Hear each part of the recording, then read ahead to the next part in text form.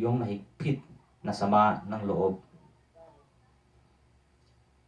Sapagkat ang iyong mga pana ay nagsitimo sa akin at pinipisil akong mainam ng iyong kamay. Walang kagalingan sa aking laman dahil sa iyong pagkagalit ni may kaginhawaan man sa aking mga buto dahil sa aking kasalanan. Sapagkat ang aking mga kasamaan ay nagsidaan sa ibabaw ng aking ulo. Gaya ng isang pasang mabigat ay napakabigat sa akin. Ang aking mga sugat ay mabaho at putok-putok dahil sa aking kamangmangan. Ako'y nahihirapan at ako'y nahukot. Ako'y tumatagis buong araw. Sapagkat ang aking mga balakang ay lipos ng hirap at walang kagalingan sa aking laman. Ako'y nanglalata at bugbog na mainam, ako'y umaangal dahil sa taba ng aking loob, dahil sa kaba ng aking loob. Panginoon, lahat ng aking nais ay nasa harap mo, at ang aking hibig ay hindi lingid sa iyo. Ang aking loob ay kakaba-kaba, ang aking kalakasan ay nanglalata. Tungkol sa liwanag ng aking mga mata ay napawi rin ito sa kanya.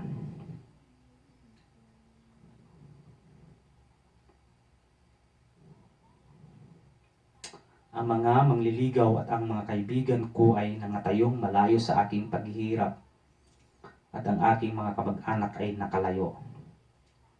Sila namang nag-uusig ng aking buhay ay nangaglagay ng mga silo na ukol sa akin, at silang nagsisihanap ng aking ikipapahamak ay nagsasalita ng mga masasamang bagay at nag-iisip ng pagdaraya buong araw. Ngunit ako'y gaya ng binging tao na hindi nakakarinig, at ako'y gaya ng piping tao na hindi ibinubuka ang kanyang mga bibig. Oo, ako'y gaya ng tao na hindi nakakarinig at sa kanyang bibig ay walang mga kasawayan. Sapagkat sa iyo, Panginoon, ay umaasa ako, ikaw ay sasagot, o Panginoon kong Diyos. Sapagkat aking sinabi, baka ako'y kagalakan nila, pagkat ang aking paa ay nadudulas, ay nagsisipag mataas sila laban sa akin. Sapagkat ako'y madali ng mahulog, at ang aking kapanglawan ay laging nasa harap ko. Sapagkat aking papahayag ang aking kasamaan, aking ikamamanglaw ang aking kasalanan. Ngunit ang aking mga kaaway ay buhay at malalakas, at silang nagtatanim sa akin ay may kamalian ay dumadami. Sila namang nagbabayad ng kasamaan sa mabuti ng mga kaaway ko, sapagkat aking sinunod ang mga bagay na mabuti. Huwag mo akong babayaan, o Panginoon, o Diyos ko, huwag kang lumayo sa akin. Magmadali kang tulungan mo ako, o Panginoon, na aking kaligtasan. Aking sinabi, ako'y mag-iingat sa aking mga lakad upang huwag akong magkasala ng aking dila. Aking iingatan ang aking dila ng paningkaw, samantalang ang masama ay nasa harap ko. Ako'y napipi ng pagtahimik, ako'y tumahimik pati sa mabuti, at ang aking kalungkutan ay lumubha. Ang aking puso ay mainit sa loob ko, habang ako'y nangagbulay-bulay ay nagalab ang apoy. Nang magkagayoy, nagsalita ako ng aking dila. Panginoon, ipakilala mo sa akin ang aking wakas, at ang sukat ng aking mga kaarawan kung ano. Ipakilala mo sa akin kung gaano kahina ako. Narito, gaya ng mga dangkal, ginawa mo ang aking mga kaarawan, at ang aking gulang ay tila wala sa harap mo. Tunay na bawat tao sa kanyang mainam na kalagayan ay pawang walang kabuluhan. Tunay na bawat tao ay lumalakad sa walang kabuluhang lilim. Tunay na silang nagugulo ng walang kabuluhan.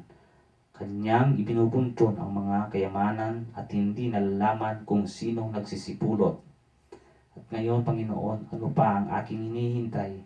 Ang aking pag-asa ay nasa iyo. Ililigtas mo ako sa lahat ng aking mga pagsalangsang. Huwag mo akong gawing katuyaan ng hangal. Ako'y pipi, hindi ko binukha ang aking bibig, sapagkat ikaw ay gumawa. Lurong mo sa akin ang iyong suntok. Ako'y bugbog na sa suntok ng iyong kamay. Pagka sa pamamagitan ng mga parusa dahil sa kasamaan ay iyong sinasaway ang tao, iyong sinisira ang kanyang kagandahan na parang pagsira ng tanga. Tunay na bawat tao ay walang kabuluhan. Iyong dikin ang aking dalangin, O Panginoon, at pakinggan mo ang aking daing. Huwag kang tumatahimik sa aking mga luha, sapagkat ako'y taga-ibang lupa na kasama mo. Nakikipayaman na gaya ng lahat sa aking mga magulang. O tulungan mo ako upang ako'y magbawing lakas bago ako manaw at mawala.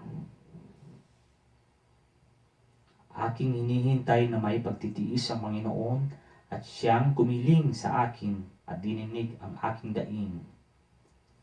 Sinampa naman niya ako mula sa isang kakilakilabot na balon, mula sa balahong malagkit, at tinuntong niya ang aking mga paa sa isang malaking bato at itinatag ang aking mga paglakad.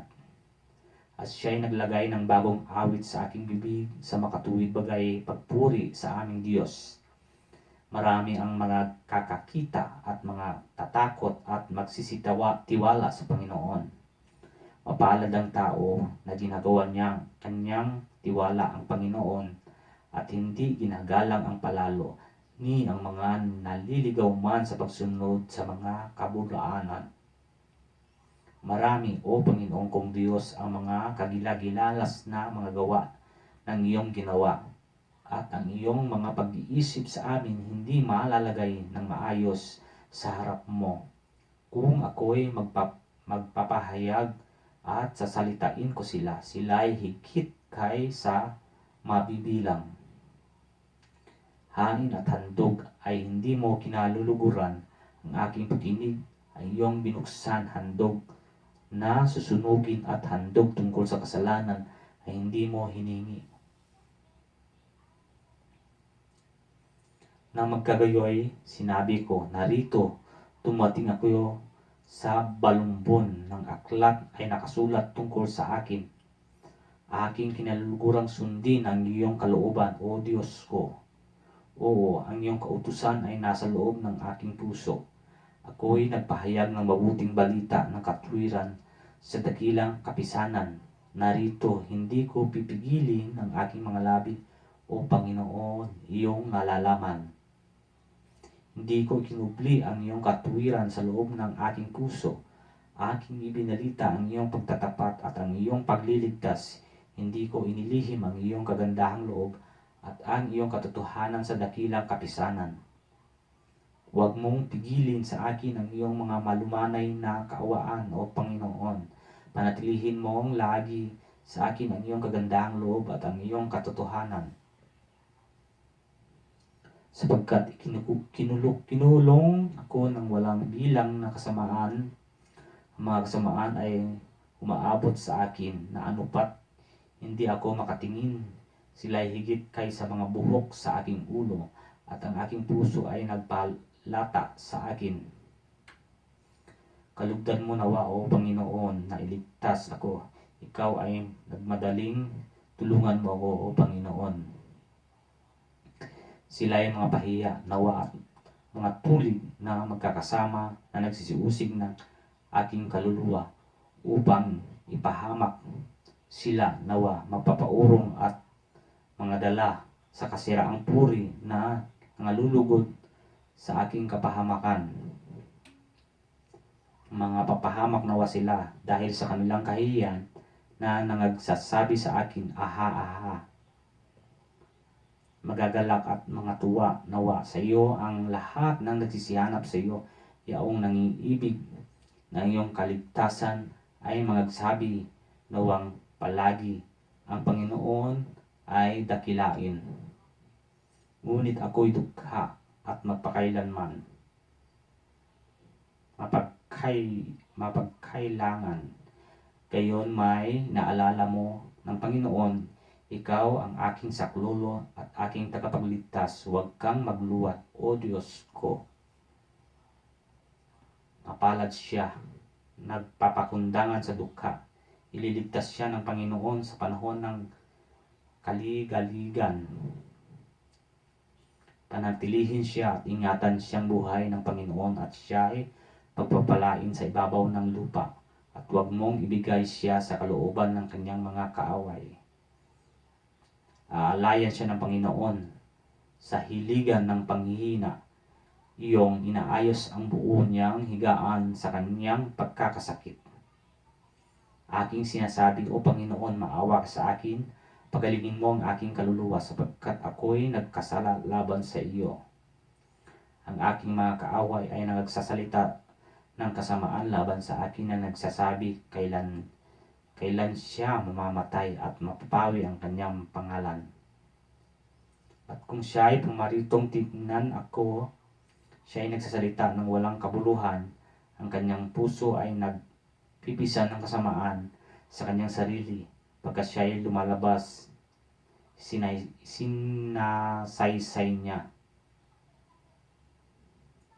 Yaong lahat na nagtatanim sa akin ay nagbubulong-bulungan laban sa akin. Laban sa akin ay nagsisikathan ng panghamak. Isang masamang sakit, wika nila, ay kumapit na madali sa kanya. At ngayon siyang naghihiga ay hindi nababangon pa. O ang aking kasamaang kaibigan na aking tiniwalaan na kumain ng aking tinapay, nagtaas ng kanyang sakong laban sa akin. Ngunit ikaw, O Panginoon, maawa ka sa akin at ibangon mo ako upang aking magantihan sila. Sa pamamagitan nito ay natalastas ko na nalulugod ka sa akin sapagkat ang aking kaaway ay hindi magtatagumpay sa akin. Tungkol sa akin, iyong inalalayan ako sa aking pagtatapat at nilalagay mo ako sa harap ng iyong mukha magpakailanman. Purihin ang Panginoon, ang Diyos ng Israel, mula sa walang pasimula at hanggang sa walang hanggan. Siya nawa at siya nawa. Kung paanong humihingal ang usa sa pagkauhaw sa tubig ng mga batis, gayon humihingal ang aking kaluluwa sa pagkasabik sa iyo, O Diyos. Pinauuhawan ng aking kaluluwa ang Diyos. Ang buhay ng Diyos, kailan ako paririto at haharap sa Diyos. Ang aking mga luha ay naging aking pagkain araw at gabi, habang kanilang sinasabing lagi sa akin, saan nandoon ang iyong Diyos? Ang mga bagay na ito ay aking naaalala at nanglulumo ang aking kaluluwa sa loob ko kung paanong ako'y nagpatuloy sa karamihan at pinatnubayan ko sila ng kagalakan at pagpuri ng isang karamihan ay nagdiriwang ng kapistahan. Bakit ka nanlulumo, O kaluluwa ko? At bakit ka nababagabag sa loob ko? Umasa ka sa Diyos sapagkat papuri pa ako sa Kanya dahil sa kagalingan ng Kanyang mukha. O Diyos ko, ang aking kaluluwa ay nanlulumo sa loob ko, kaya't aking inaalala ka mula sa lupain ng Jordan at ng Hermonitas, mula sa burol ng Misyar. Kalaliman ay tumatawag sa kalaliman sa hugong ng iyong mga baha. Lahat ng iyong alon at ang iyong malaking alon ay nagsitabon sa akin. Gayon may utusan ng Panginoon ang kanyang kagandahang loob sa araw at sa gabi ay sasaakin ang awit sa kanya sa makatuwid, baga sila'y isang dalangin ng Diyos na aking buhay. Ang aking sasabihin sa Diyos na aking malaking bato, bakit mo ako kinalimutan? Bakit ako yayaong tumatangis dahil sa pagpighati ng kaaway? Nawari tabak sa aking mga buto at tinutuya ako ng aking mga kaaway, habang sinasabi nilang lagi sa akin, saan nandoon ang iyong Diyos? Bakit ka nalulumo, o kaluluwa ko, at bakit ka nababagabag sa loob ko? Umaasa ka sa Diyos, sapagkat papuri pa ako sa Kanya nang siyang kagalingan ng aking mukha at aking Diyos. Hatulan mo ako, O Diyos, at ipagsanggalang mo ang aking usap laban sa masamang bansa. O ligtas mo ako sa mandaraya at hindi ganap na tao, sapagkat ikaw ang Diyos ng aking kalakasan. Bakit mo ako itinakwil? Bakit ako yumayaong tumatangis dahil sa pagpighati ng kaaway? O suguin mo ang iyong liwanag at ang iyong katotohanang patnubayan nawa nila ako. Dalhin nawa nila ako sa iyong banal na bundok at sa iyong mga tabernakulo. Kung magkakayo'y paparoon ako sa dambana ng Diyos, Diyos na aking malabis na kagalakan, at sa alpay pupuri ako sa iyo, O Diyos, aking Diyos. Bakit ka nalulumo, o kaluluwa ko? Bakit ka nababagabag sa loob ko? Umaasa ka sa Diyos, sapagkat papuri pa ako sa Kanya, na siyang kagalingan ng aking mukha at aking Diyos. Narinig namin ang aming pakinig, O Diyos. Isinaysay sa amin ng maraming mga magulang kung anong gawa ang iyong ginawa sa kanilang mga kaarawan na mga kaarawan ng una. Iyong tinaboy ng iyong kamay ang mga bansa, ngunit tinatag mo sila. Iyong dinlamhati ang mga bayan, ngunit iyong pinangalat sila. Sapagkat hindi nila tinamo ang lupain na pinakaari sa pamamagitan ng kanilang sariling tabak, ni iniligtas man sila ng kanilang sariling kamay, kundi ng iyong kanan at ng iyong bisig at ng liwanag ng iyong mukha, sapagkat iyong nilingap sila. Ikaw ang aking hari, O Diyos, mag-uutos ka ng kaligtasan sa Jacob. Dahil sa iyo itutulak namin ang aming mga kaaway, sa iyong pangalan ay yayapakan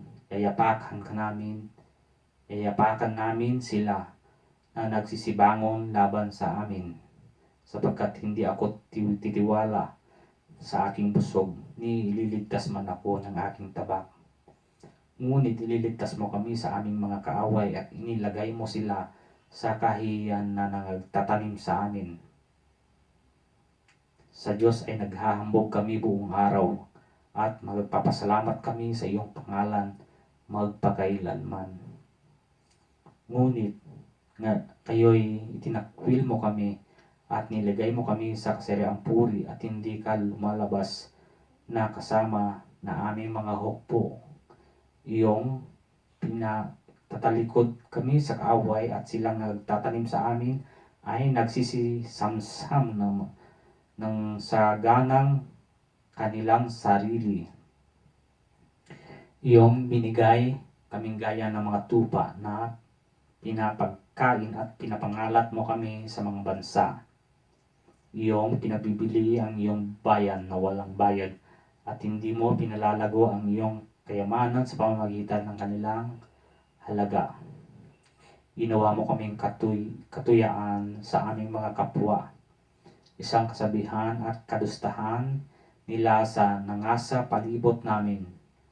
Iyong ginawa kaming kawikaan sa gitna ng mga bansa at kaugaan ng ulo sa gitna ng mga bayan. Buong araw ay nasa harap ko ang aking kasiraang puri at ang kahihiyan ng aking mukha ay tumakip sa akin. Dahil sa tinig niya ay dumuduwahagi at tumutong ngayaw dahil sa kaaway at sa manghihiganti. Lahat ng ito'y dumating sa amin. Gayon may hindi namin kinalimutan ka, ni gumawa man kami na may karayaan sa iyong tipan. Ang aming puso ay hindi tumalikod, ni ang aming mga hakbang ay humihiwalay sa iyong daan. Na kami ay iyong lubhang nilansag sa dago ng mga tsakal, at tinakpan mo kami sa lilim ng kamatayan.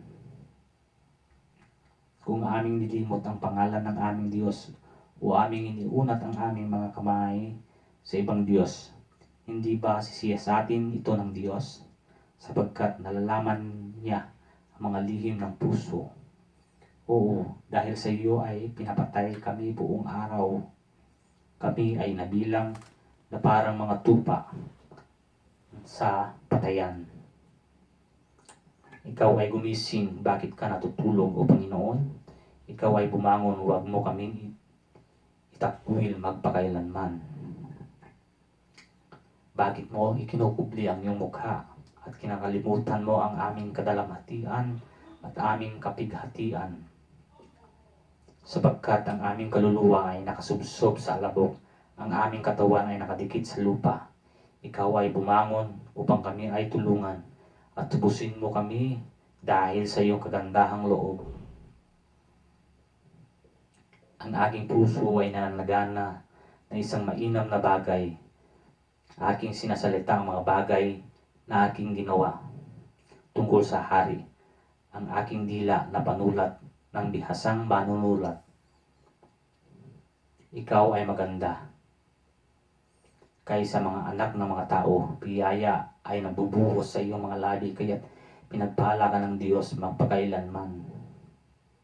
Ibigkis mo ang iyong mga tabak sa iyong hita, O makapangyarihan. Kalakip ang iyong kaluwalhatian at ang iyong kamahalan. At sa iyong kamahalan ay sumakay kang may kaginhawaan dahil sa katotohanan at sa kaamuan at sa katuwiran, at ang iyong kanan ay magtuturo sa iyo ng kakilakilabot na mga bagay.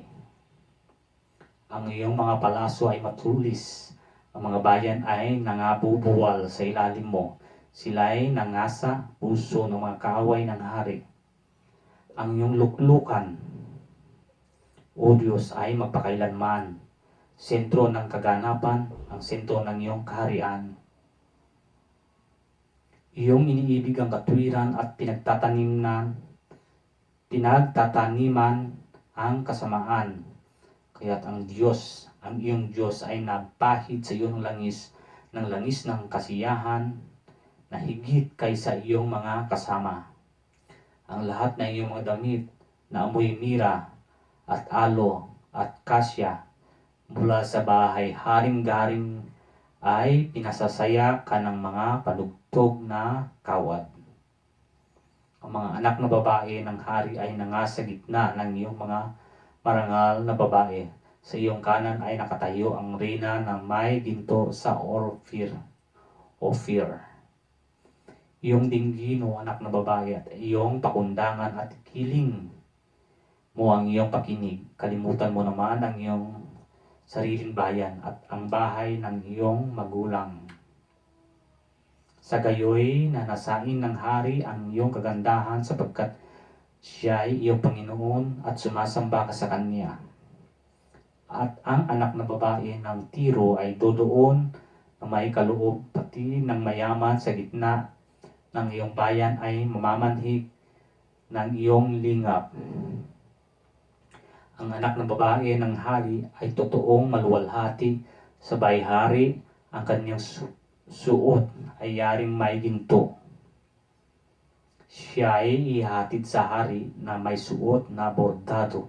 Ang mga dalaga na kanyang mga kasama na nagsisinuod sa kanya ay dadalhin sa iyo. May kasayahan at kagalakan na ihatid sila. Sila ay magsisipasok sa bahay hari. Sa halip ng iyong mga magulang ay ang iyong mga anak na siya mong gagawing mga pangulo sa buong lupa. aking ipaalala ang iyong pangalan sa lahat ng salit-saling lahi.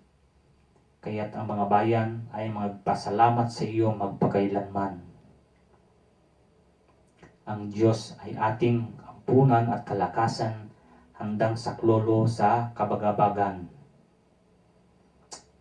Kaya't hindi tayo matakot bagaman ang lupa ay mababago at bagaman ang mga bundok at ay maglilipat sa kagitnaan ng mga dagat.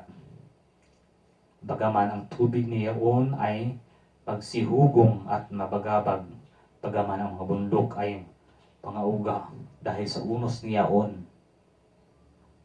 May isang ilog na ang agos ay magpapasaya sa bayan ng Diyos, sa banal na dako ng mga tabernakulo ng kataas-taasan.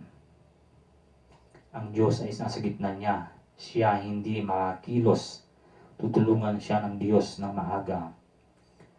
Ang mga bansa ay nagkagulo ng ang mga kaharian ay nakilos. Inihiyaw niya ang kanyang tinig. Ang lupa ay natunaw. Ulitin po natin. Ang mga bansa nagkakagulo. Ang mga kaharian ay nangakilos. Inihiyaw niya ang kanyang tinig. Ang lupa ay natunaw. Ang Panginoon ng mga hukbo ay sumasa atin. Ang Diyos ni Jacob ay ating kanlungan. Kayo'y parito, inyong masdan ang mga gawa ng Panginoon, kung ano ang mga kagibaan ang kanyang ginawa sa lupa. Kanyang pinagpalilikat ang mga pagdidikma sa wakas ng lupa. Kanyang binabali ang busog at pinuputol ang sibat. Kanyang sinusunog ang mga karo sa apoy. Kayo ay magsitigil at kilalanin ninyo na ako ang Diyos. Ako'y magbubunyi sa gitna ng mga bansa. Ako'y magbubunyi sa lupa. Ang Panginoon ng mga hukbo ay sumaas sa atin. Ang Diyos ni Jacob ay ating kanlungan.